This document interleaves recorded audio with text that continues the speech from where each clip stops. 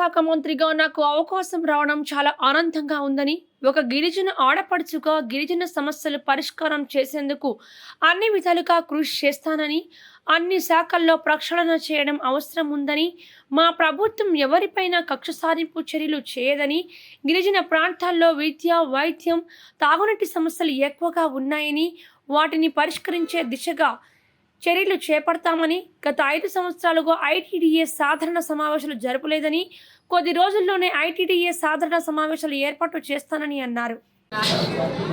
జిల్లా పార్టీ అధ్యక్షురాలుగా ఉన్న, పాలిట్ బ్యూరో మెంబర్గా ఉన్న, ఈరోజు అయినా చివరికి మంత్రి అయినా మీ అందరికి నేను ఎప్పుడు సోదరునే, మీ అందరికి ఎప్పుడు నేను అక్కచెల్లి, దాంట్లో ఎటువంటి తేడాపడలేదు. సాలూరు నియోజకవర్గానికి ఎప్పుడు నేను ఆడపడుచునే. కాబట్టి ఇంతకు పూర్వం ఎలాగైతే మన సుఖాలు, బాధలు, బంధులు, అలాగే ఫంక్షన్స్కి ఎలా పిలుచుకొని వచ్చి వెళ్ళేవాళ్ళమో ఖచ్చితంగా ఇప్పుడు కూడా మంత్రి అయ్యారు కదా, మేము రావచ్చా వెళ్ళొచ్చా అని ఏది పెట్టుకోకుండా మనం అందరం ఎప్పుడు ఒకటే. నేను మీ సోదరునే. ఈరోజు మీరందరూ ఓటేస్తే నేను ఎమ్మెల్యే అయ్యాను, మంత్రి అయ్యాను. కాబట్టి మీ అందరి ఆశీర్వాదంతో, మీ అందరి అభిమానంతో అయ్యాను. కాబట్టి మీరందరూ కూడా ఎప్పుడు ఈ 5 సంవత్సరాలు కూడా ప్రజాసేవ చేస్తూనే ఉంటాను. నాకు ఇచ్చినటువంటి ఈ 2 శాఖలు ఎక్స్పెక్ట్ చేయకుండా వచ్చినవి. ఒకటి ఎక్స్పెక్ట్ చేసినా, ఇంకోటి ఎక్స్పెక్ట్ చేయలేదు. యాక్చువల్గా అయితే గిరిజన శాఖ మంత్రి నాకు ఎంతో ఇష్టమైనటువంటి శాఖ అది. ఎందుకంటే ముఖ్యంగా గిరిజనులకు ఏదైనా చెయ్యాలి, మంచి చేయాలి అని ఆలోచన తపనతోనే రాజకీయాల్లోకి వచ్చాను. ఎందుకంటే ఇప్పటికీ కూడా మారుమూల గ్రామాల్లో నేను ప్రచారంకి వెళ్తే మాకు నీళ్ళు లేవమ్మా అని చెబితే ఆ క్షణంలో అక్కడ కళ్ళ నీళ్ళు తిరిగేవి. నాకు నీళ్ళు లేవమ్మా తాగడానికి. ఒక గ్రామం వెళ్తే నూతిలో ఎలక పడిపోయింది, చచ్చిపోయిందమ్మా, వాటర్ వాసన వస్తుంది, 3 రోజుల నుంచి మేము నీళ్ళు తాగడానికి ఇబ్బంది పడుతున్నామమ్మా, 5 కిలోమీటర్లు నడిచి వస్తున్నామంటే ఒక ప్రెగ్నెంట్ లేడీ నడుచుకొని వస్తుంది 5 కిలోమీటర్ల నుంచి నీళ్ళు. అలాంటివి ఎన్నో చూశాను నేను గిరిజన గ్రామాల్లో. కనీసం ఒక ప్రెగ్నెంట్ లేడీ 9 నెలలు పూర్తి అయిపోయిన తర్వాత ఈ నవయుగ కాలంలో రాకెట్ల మీద వెళ్తున్న సమయంలో కూడా ఒక గిరిజన మహిళ జంతువుల్లా ఎక్కడో రోడ్ల మీద ప్రసవం అవ్వడం నిజంగా నాకు బాగా కలచివేసింది. అది మాత్రం ఎంతో బాధపడ్డాను నేను. రోడ్డు మీద ప్రసవం అవుతున్నారు, కొండల్లో, కోనల్లో, అంటే రోడ్డు మీద తీసుకురావడానికి కూడా మార్గం లేక డోలీలు కట్టుకొని ఇట్లాంటివన్నీ చూశాను.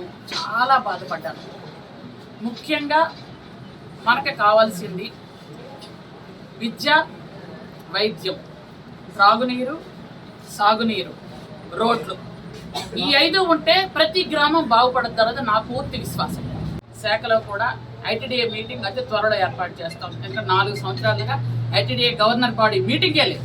అసలు ఐటీడీఏ ఉందో లేదో కూడా తెలియదు. కాబట్టి ఐటీడీఏ మళ్ళీ పూర్తి స్థాయిలో పరుగులెత్తే పరిస్థితి మళ్ళీ వస్తుంది.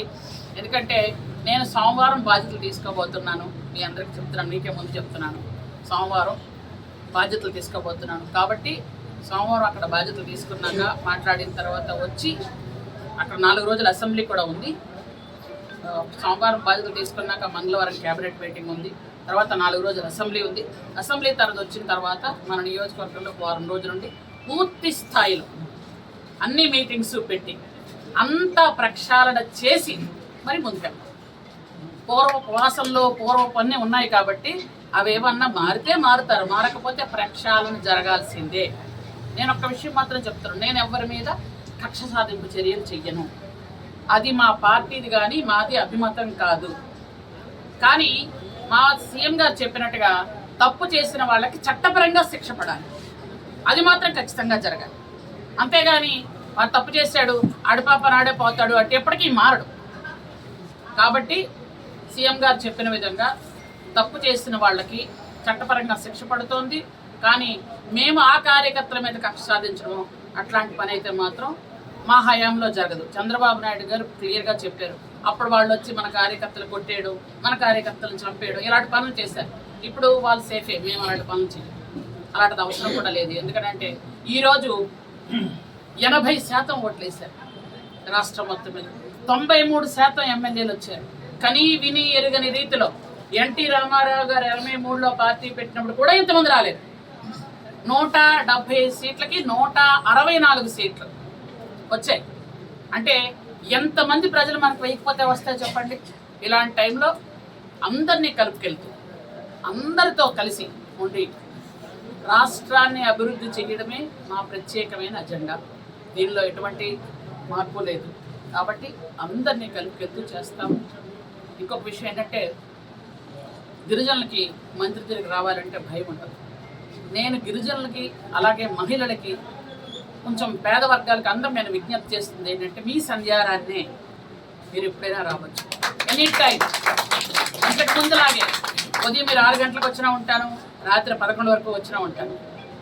ఇంతకు ముందులాగే ఏ టైంలోనే ఫోన్ చేయొచ్చు. ఇంతకు ముందులాగే నేను నాలో మార్పు రాదు, మార్పు ఉండదు. అందరూ కూడా కలిసి పనిచేసుకుందాం మన నియోజకవర్గాన్ని. ఎందుకంటే ఫస్ట్ ప్రయారిటీ సాలూరు నియోజకవర్గం. రాష్ట్రం అంతా మేము తిరగాల్సిన బాధ్యత ఉన్న ఫస్ట్ ప్రయారిటీ సాలూరు నియోజకవర్గం. సాలూరు నియోజకవర్గం నా పుట్టిల్లు. నియోజకవర్గం అంతా నా పుట్టిల్లే. ఎందుకంటే నాకు వేసిన ఓట్లు ముఖ్యంగా టౌన్లో అయితే 28,000 ఓట్లు పడ్డాయి. టౌన్లో 21,000 నాకే వేశారు.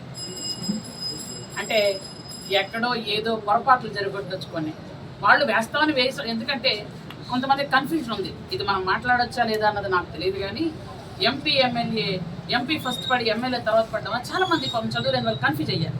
కొంతమంది బయటకు వచ్చి మా సంధ్యం లేదు, మా సంధ్యం లేదనుకుని